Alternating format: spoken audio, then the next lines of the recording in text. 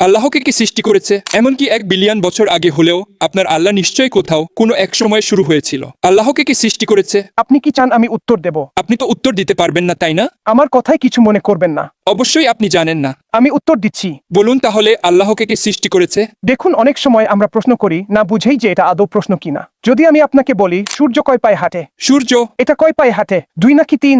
সূর্য তো কোনো পায়ে হাঁটে না, তাই না? কিন্তু এটা কি আমার করা প্রশ্নের উত্তর হলো? আমার প্রশ্ন ছিল এটা কয় পায়ে হাঁটে, 2 নাকি 3? সূর্য তো কোনো পায়ে হাঁটে না। আমার করা প্রশ্নের উত্তর দিন। আমি কিভাবে উত্তর দেব, কারণ আমি জানি না। 2 নাকি 3? আমি পারবো না। কিভাবে? আপনি বুঝতে পারছেন মাইকেল, আমি যে প্রশ্নটা করেছি আপনি জানেন এটা আসলে অর্থবহ কোনো প্রশ্ন না। কারণ হচ্ছে এই প্রশ্নের ভেতরে কিছু ভুল ধারণা আছে। সূর্যের তো কোনো পা নেই, 2 পা বা 3 পা থাকার প্রশ্নটা আমাকে এটার উত্তর দিতে হবে না, কারণ প্রশ্নটাই আসলে ভুল। কারণ কোনো প্রশ্ন অর্থবহ ও বৈধ হতে হলে তার ভেতরে এমন ধরনের কন্ট্রাডিকশন থাকতে পারবে না। আপনি যে বলেছিলেন আল্লাহকে কে সৃষ্টি করেছে, এটা কোনো অর্থবহ প্রশ্ন না। আমি আপনাকে কারণটা বলছি। আল্লাহ সবসময় ছিলেন, তার অস্তিত্বের কোনো শুরু নেই। আপনি আমাকে এমন প্রশ্ন করতে পারেন না যিনি সৃষ্টি হননি সেই আল্লাহকে কে সৃষ্টি করেছে। এটা কি কোনো অর্থবহ প্রশ্ন? না, আমি সেটা বলিনি। আমি বলেছি আল্লাহকে কি সৃষ্টি করেছে।